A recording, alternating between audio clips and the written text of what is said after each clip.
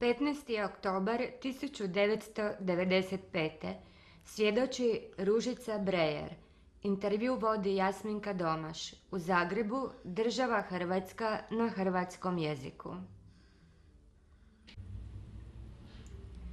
15. oktobar 1995. Svjedoči Ružica Brejer. Intervju vodi Jasminka Domaš. U Zagrebu, država Hrvatska na hrvatskom jeziku. Ja vas lijepo molim da se predstavite. Zovem se Ružica Brejer, rođena Farkaš. Rođena sam u Zagrebu 5.6.1916. Tu sam živjela sve do 1941. u Zagrebu.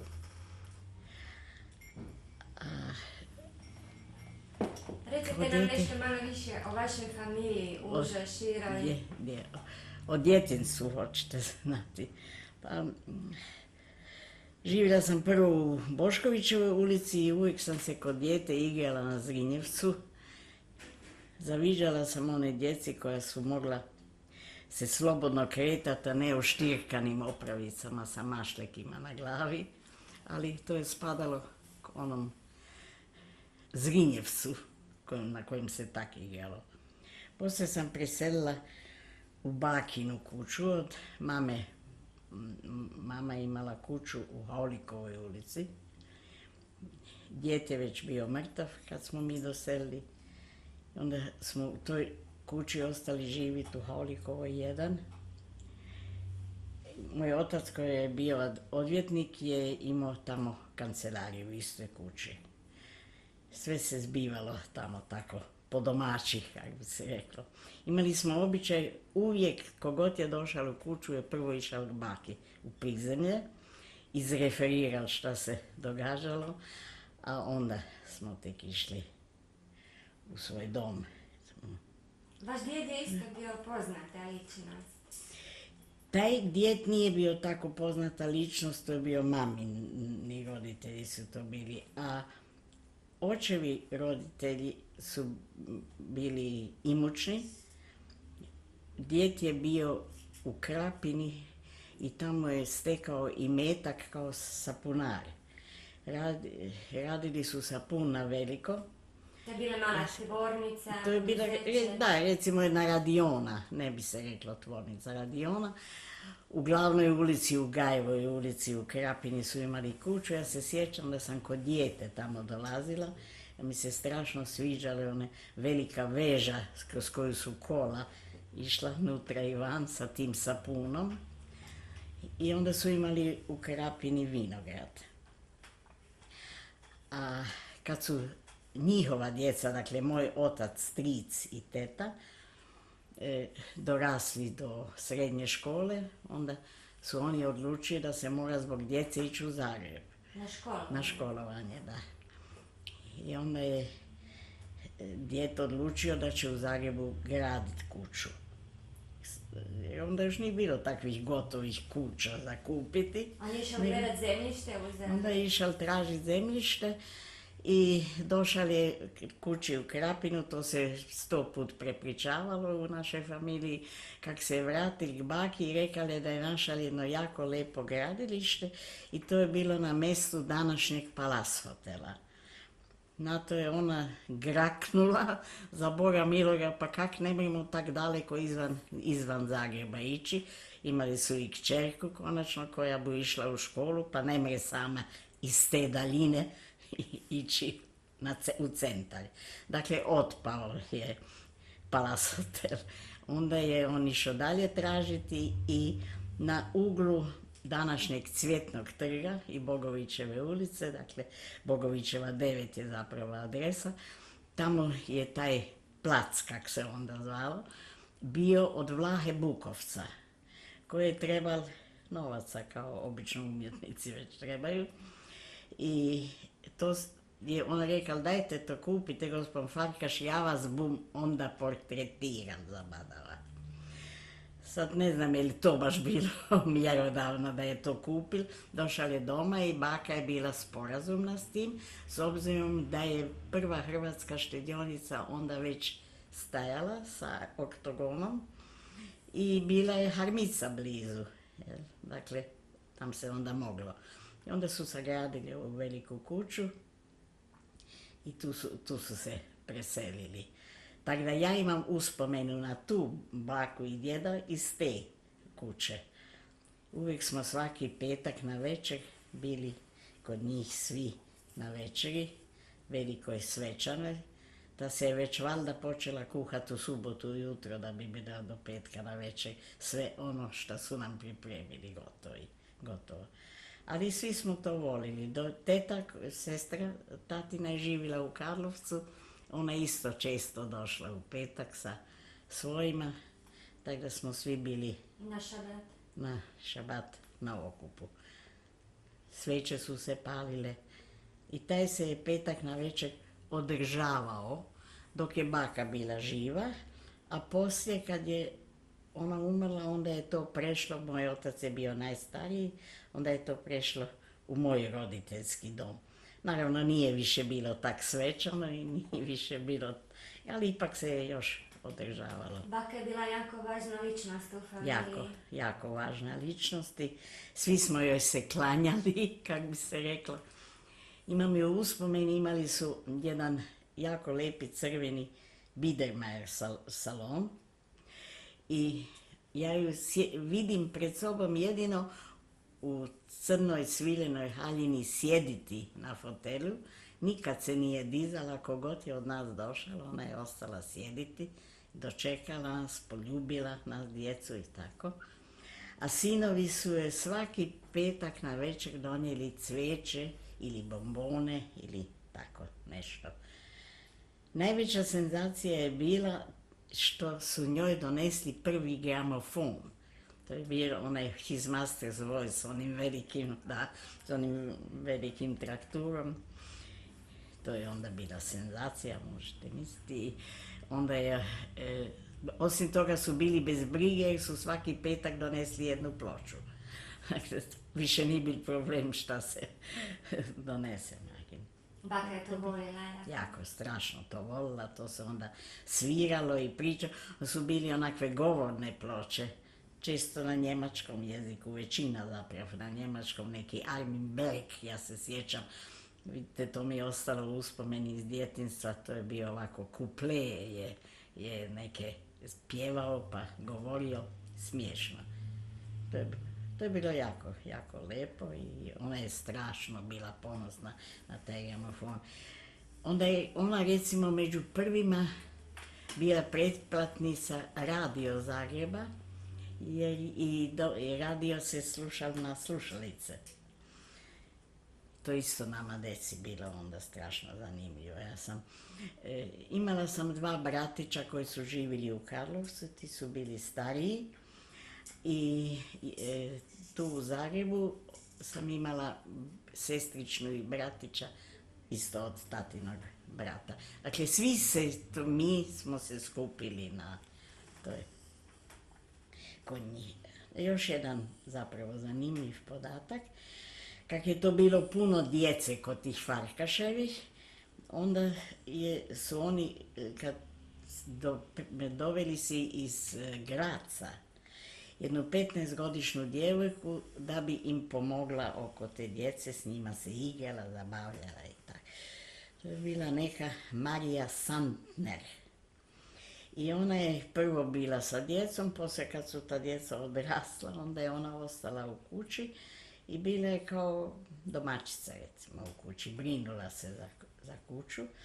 Jako, jako dobra je bila i sklona je bila i za nas djecu, ona je bila teta Marija. I spadala je potpuno u obitelj. Kad je baka umrla, dijete je umro 7 godina prije bake, a kad je baka umrla, se je ona otrovala. Ta Marija Sandner ostavila pismo da ona bez svoje gazdarice više živit neće. Iako je bilo ranije rečeno da će ona doći k mojim roditeljima kad baka umre, bila dugo bolesna, ali ona je ipak tako odlučila. Jedina joj je bila želja da bi bila pokopana u onoj crkvi na Mirogoju, to je bilo onda posve nova, ona kod ulaza na Mirogoj, ona crkva. To je bila želja i naravno to su moji joj ispunili, ona je tam u toj crkvi pokopana, ima ploča i tako. Mavro Farkaš, on je bio još po nečemu poznat. Mavro Farkaš je bio moj pradjed. Pradjed. To je bio otac od ove. Ja ne znam, on je možda bio u Krapini kao takav poznat. Ja inače nemam o njemu baš puno.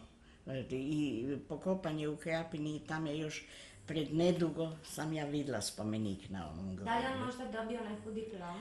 Ja, on je dobio diplomu kad je kao majstor, kad je grad postao grad Krapina.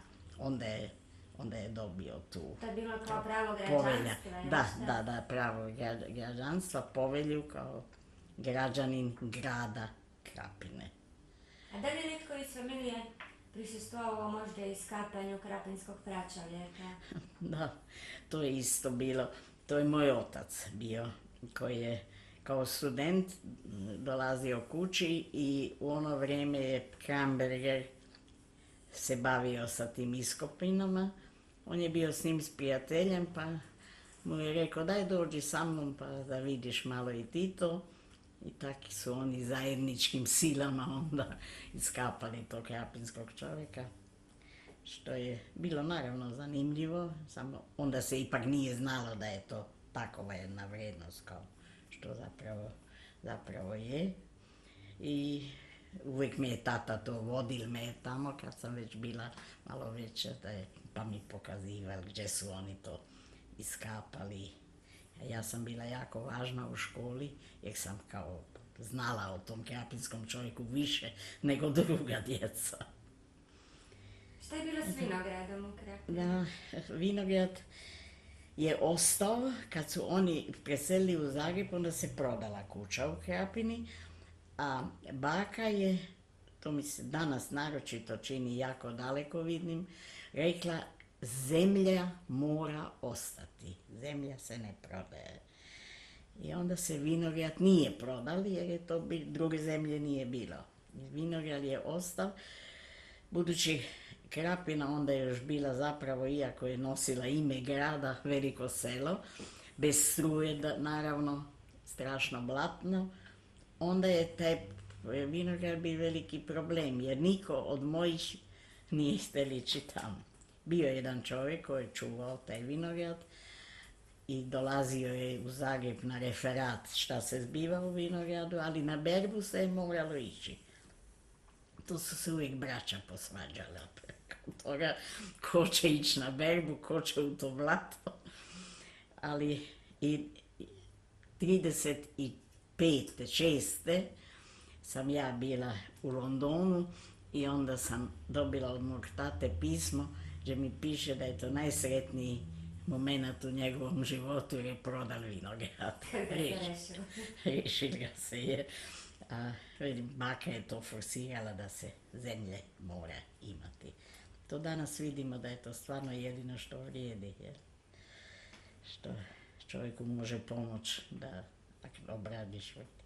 Gdje ste vi išli u pučku školu? Ja sam išla u pučku školu u vježbaonicu u Medulićeve ulici je to bilo. To je spadalo k Preparandi i to je slovila onda kao najbolja zagrebačka pučka škola. A onda u gimnaziju sam išla u Gornjem gradu, to je bila druga ženska. Počela je poslije 4 razreda pučke škole i meni se strašno sviđalo jer sam s uspinjačem išla u školu. To je bilo jako veliko veselje, uzeti mjesečnu kartu i ići onda na uspinjaču. I tamo u toj školi sam bila do 7. razreda gimnazije, onda se sagradila ova Križanićeva gimnazija današnja i mi smo počeli sredinom 7. razreda smo prešli u tu školu, tako da sam maturirala u Križanićevoj. Eto, to bilo. Koliko je vaša obitelj bila povezana sa zagrebačkim židovskim krugom? Pa, Povezani smo bili jako sa zagrebačkim židovima, ali nikad nismo bili cionisti. Budući da se to onda prilično dijelilo, gdje ono je grupa cionista i necionista, tako da tata je bio dugi niz godina u općini, u vijeću. Ja se zapravo uvijek njega sjećam da je išao na te sjednice u vijeće. U hramu smo imali, je mama imala svoje mjesto, tata svoje mjesto. To ste zakupljivali mjesto u hramu? To se zakupljivalo u mjesto u hramu, da. Odnosno, to se obnavljalo svake godine, bilo je uvijek isto mjesto, je. A ja sam se uglavnom šetala sa mojim društvom pred hramom i onda smo imali običaj ići k mami u hram i za svetke je to bilo sa cvijećem i onda se je čestitala Roš hašana u hramu mami i onim gospođama drugima, svima koje su okolo sedili. I onda smo opet pobegli iz hrama vamo. Da li se sjećate unutrašnjosti hrama, kako je to izgledalo? Sjećam se jako dobro, to se sjećam. Ne bi vam to znala baš opisati, ali se sjećam da mi je jako, jako lijepo bilo. Jako veliko je to bilo, za praznike je bilo dupkom puno, tako da znam da je baš na Erif Jom Kipur se tata uvijek ljutio na nas da nismo dovoljno brzo gotovi s onom večerom, jer se moralo ići na vrijeme u hram, drugčije nisu mogli ući, pogotovo muški. Na Jom Kipur je bilo kompletno puno, ali uvijek su bile službe Božje pune. To je bilo jako, jako lijepo. Gore je bilo, kak već je, na tri strane su bile, jel? Gatre onako. I dole je jako lijepa ta tora bila i ti zastor oko tore i tako. Nismo pobožni bili nikada pobožni, ali ipak se je držalo te običaje da se ide u hram i da to za praznike da se to. I nekad u petak na večer, ali baš neredovito. Povezani smo bili jako sa židovima, ali ja sam imala, a i moji roditelji, i puno nežidovskog društva. Uvijek smo, nikad nekak se to nije izoliralo u mojem roditeljskom domu. To nije bio nikad o tome veliki razgovor da ovo su prijatelji židovi, ovo prijatelji nežidovi. To nije bilo. Međutim, to su uvijek bila 2-3 društva. Rijetko baš da su svi skupa, recimo, da se bilo. Mislite da je tata kad je pozivao nežidovsko društvo, onda je bilo nežidovsko? Ne, da. Ipak, uglavnom je tako bilo. Jel? A ja kod sebe već ne to. Moje su puce, kak se u ono vrijeme reklo, to smo se mešali svi skupa. Kad sam ja imala svoje društvo kod sebe, onda na to nikad nisam gledala. To su jedni i drugi dolazili. Da li ste vi ikada, dok ste išli ili u pučku školu ili u gimnaziju, osjetili nekakav antisemitizam u školi? Ja lično nikada. Nikada ja to nisam osjetila. Nas je bilo 6 u gimnaziji, u pučkoj školi se ne sjećam, ali u gimnaziji nas je bilo 6 židovka u razredu i ja sam uvijek bila sa svima dobra. I sa židovkama i nežidovkama. I nisam nikad ne mogu reći da sam osjetila išta protiv židova. Da li su te druge kolegice, nisu se nikad isto tužile, dakle, ne bih rekla da su i one osjetile. Vi ste imali i brata. Da, ne bi o tome. Recite nam. Znam da vam je to teško, ali zato to i radim. To me, znate, Da, znam to da vas to- je bolno, zato je nalazim da je to tak jedna teška stvar i nikad nisam, ja to nikad svoje djeci nisam govorila, jer sam uvijek bila u strahu da je to jedno opterećenje. A sad kad smo načeli, onda ću izgovoriti do kraja, on je sa 12,5 godina bio valjda 3. razred gimnaziji, imao je 2. red kojeg je htio ispraviti. Ja mislim da je bio zemljopis to. Koliko ima godina? Bio je u 13. još nije bio bar micve. Dakle, vjerojatno je bio 3. razred gimnazije, valjda. Bio je 4 godine stariji od mene. Strašno smo se volili, uvijek smo se svađali. To je tak normalno. I on je taj 2. red htio ispraviti. Rekao je doma da će ga ispraviti i bez problema, jer moji roditelji nisu nikad pitanje dali iz nekakve loše ocjene. On je onda došao tom profesoru i rekao, ja bi se danas javio da ispravim tu ocjenu, a profesor mu je rekao, ni govora marš ti židovska svinja na mjesto, ja tebe neću pitat. To je bio jedini zapravo ispad što sam ja kao dijete čula da se ovako nešto dešavalo. Vjerojatno je toga bilo više, ali ja nisam čula. I on je po tim dojmom, najbolji prijatelji njegovi su bili, imali su isti put do škole i iz škole i uvijek su skupa išli. To je bio poslije jedan vodeći komunist Žarko Vimpulšek, je bio predsjednik Vrhovnog suda, i advokat Mintas, koji je bio jedan od vodećih ustaša. Dakle, ova 3 dečka, taj budući komunisti, budući ustaša, su se s tim židovskim dečkom tak družili da su uvijek skupi išli u školu. I on je onda došao kući, poslije toga, došao je doma, javio se mami u kuhinju i mi smo stanovali u ono vrijeme još u Boškovićevoj ulici. Mama je iz kuhinje samo čula jedan tresak na dvorište. Izašla je na prozor pogledat šta je. On je ležao dole. On se ubio, iz 2. kata se je bacio kroz prozor. Je li on stvarno svjesno to napravio ili je to neki moment bio, to nismo nikad mogli saznati, svakako ostao na mjestu mrtav jer je to bio beton. A ti njegovi prijatelji su poslije pričali mojim roditeljima da je on na povratku kući rekao, dečki, ja se bum ubil, jer je ovaj to njemu rekao, profesor. Dalje ne znam onda kak i šta. Imali su puno psihijatri posla s tim oko toga šta se desilo, ali to je bilo gotovo. Dogodilo se, dakle.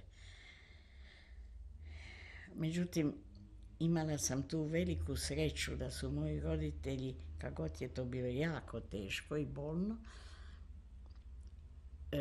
brzo shvatili da ja moram imati svoje djetinjstvo kao svako drugo dijete. I da su mi, makar su bili u strahu, ali su mi dozvolili sve one aktivnosti da mogu biti kao što su i druga djeca. Uvijek sam bila jako, jako društvena, puno prijateljica i ostale su kod mene spavati, ja sam išla k njima spavati, dakle, uvijek sam to jako cijenila poslije kad sam odrasla kod njih, da me nisu smatrali onako jedinim djetetom, da bi ja bila ta žrtva poslije te smrti toga. Sigurno je za to trebalo puno snage. Ja mislim da jako puno snage. Ja se sjećam možda pol godine poslije smrti njegove da sam čula kak je mama, je naročito bila jedna jaka ličnost kao ličnost, tata je bio puno sentimentalniji, da je ona rekla, moramo biti sretni da smo tako dugo imali sina. Dakle, ona je uspjela u sebi to nekako prevladati, recimo, tu bol. On je svakako bio osjetljiv na to židovstvo, to je njega tako potresao što mu je taj profesor to tako rekao. Ali ponovno kažem da nismo nikad osjećali to židovstvo, dakle zato je to valjda i na njega tako jako djelovalo. A onda smo razmišljali da je do 1941. živio, šta bi onda tekar doživio, ko zna. Kako ste vi prevladali taj gubitak brata? Pa, on je meni u početku strašno falio.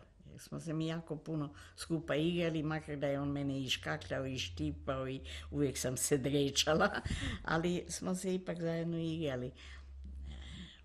A onda najedanput je postala nekakva praznina u toj kući, a s obzirom da sam bila tak društveno dijete i onda je mama to forsirala i dozvolila tim prijateljicama da dođu i sam ja išla k njima, tak da sam to ja onda nekako, ali je u kući je bilo tak strašno taj pritisak, strašno ta žalost, ta je dugo, možda godinu i pol, mene isto pritiskivala naravno. A inače, poslije sam uvijek žalila što ga više nema, ali ga nije bilo. Sigurno se o tome razgovarala i u židovskoj općini, u zajednici. To je ipak bio jedan udarac. Da, naravno. Vidite, nemam nikakvih uspomena u vezi toga. Apsolutno ništa se ne sjećam toga što je bilo. Bila sam ipak tek 9 godina, znate. Premali ste bili. Premala sam bila da bi znala kak je to dalje djelovalo. Sjećam se tog sprovoda, da je to bili neki veliki sprovod i puno i djece i škole i profesori, ali inače nemam ovako na to baš u vezi sa židovskom zajednicom nikakvu spomenu. Sigurno je to bio jedan u ono vrijeme. A budući da nisam nikad poslije o tom razgovarala, tak da nisam nikad ni poslije ništa o tome čula, a nisam svoje djeci nikad o tom govorila dok su bili djeca, nikad. Imala sam brata koji je umro. Gotovo. Nije niko pitao kak to da je umro, od čega je umro i tako, ne, od djece. Uvijek sam imala jednu, to mi je ostalo, dugo strah od otvorenog prozora. Kad sam ja imala djecu, onda uvijek kad sam odlazila od kuće mi je bilo najvažnije da su prozori zatvoreni, jer su djeca doma ostala. Dakle, ostao je jedan... Podsvijesti. Da, podsvijesti jedan pritisak. On se zvao Ivica i tak bio jedno jako razvijeno, jako baš nekako naglo razvijeno dijete, pa možda je to i u vezi s tim se desilo. Pubertet, vjerojatno. Da, pubertetom, da. Tako. Sad smo